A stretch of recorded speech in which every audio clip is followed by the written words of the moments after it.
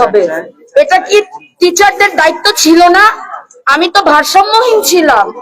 একদিন পরে আমি আর কিছু দেখতে পাই নাই, আমি কাউকে চিনি নাই। তাহলে আমাকে ওই অবস্থায় নিয়ে যাওয়া হয়েছে ডিএনএ দেওয়ার জন্য। এটা কি স্কুলের দায়িত্ব ছিল না? যে আমার তো একটু রক্তই নেওয়া লাগতো, ওই রক্তটা নেওয়ার জন্য কিন্তু স্কুল কর্তৃপক্ষ এটাও করে নাই। স্কুল কর্তৃপক্ষ আমাদেরকে 20 দিন পর ডাকছে, 20 দিন পর ডেকে তারপরে আমাদের সাথে মিটিং করে। কি মিটিং করে জানেন আপনারা? সে তার স্কুল বাঁচানোর জন্য মিটিং করে। কেন? তার কাছে কি আমাদের বাচ্চাগুলোর কোনো দাম নাই? তার স্কুলের দাম বেশি না আমাদের বাচ্চাগুলোর দাম বেশি? যেদিন প্লেন ক্রাশ হয়েছে আমার চোখের সামনে দিয়ে নুরুন নবী স্যারের গাড়িগুলো সব বের হয়ে গেছে, একটা একটা করে গাড়ি সে বের করে দিছে। কেন রে ভাই?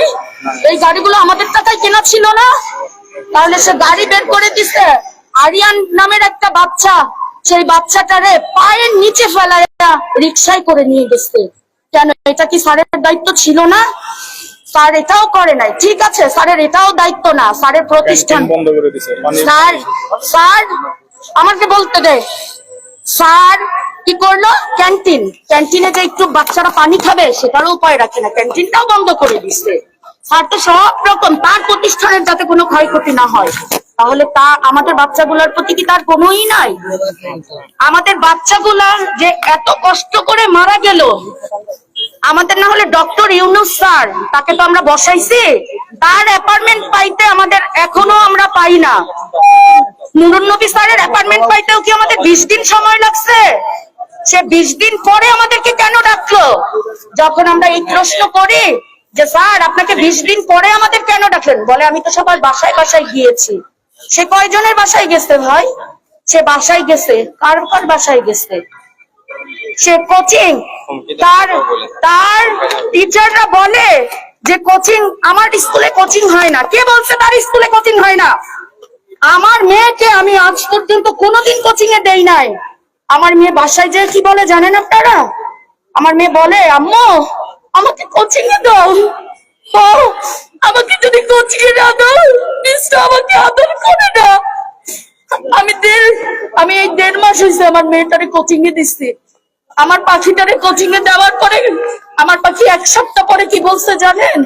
বলে মা এখন না স্কুলের টিচাররা আমাকে অনেক আদর করে। তাহলে কেন এখানে সে অস্বীকার করে যে কোচিং বাণিজ্য নাই? এটা তো বড় একটা অংশ।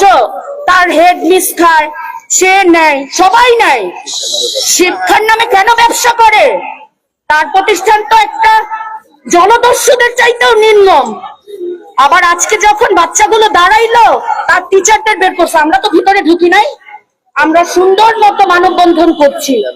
সে টিচার গুলারে কেন বাহিরে বের করলো? টিচাররা বাহিরে বের করে প্রত্যেকটা বাচ্চা ভিতরে ঢুকাইছে। এক টিচার আমাদের গার্ডিয়ানের গায়ে হাত তুলছে। কেন? আমরা কি কোনোই বিচার পেতে পারি না? আমাকে ফোন দিয়ে হুমকি দেওয়া হয়, আপনি এত কথা কেন বলেন? আপনার না আর একটা বাচ্চা আছে, ওই বাচ্চাটাকে কিন্তু আমরা তুলে নিব।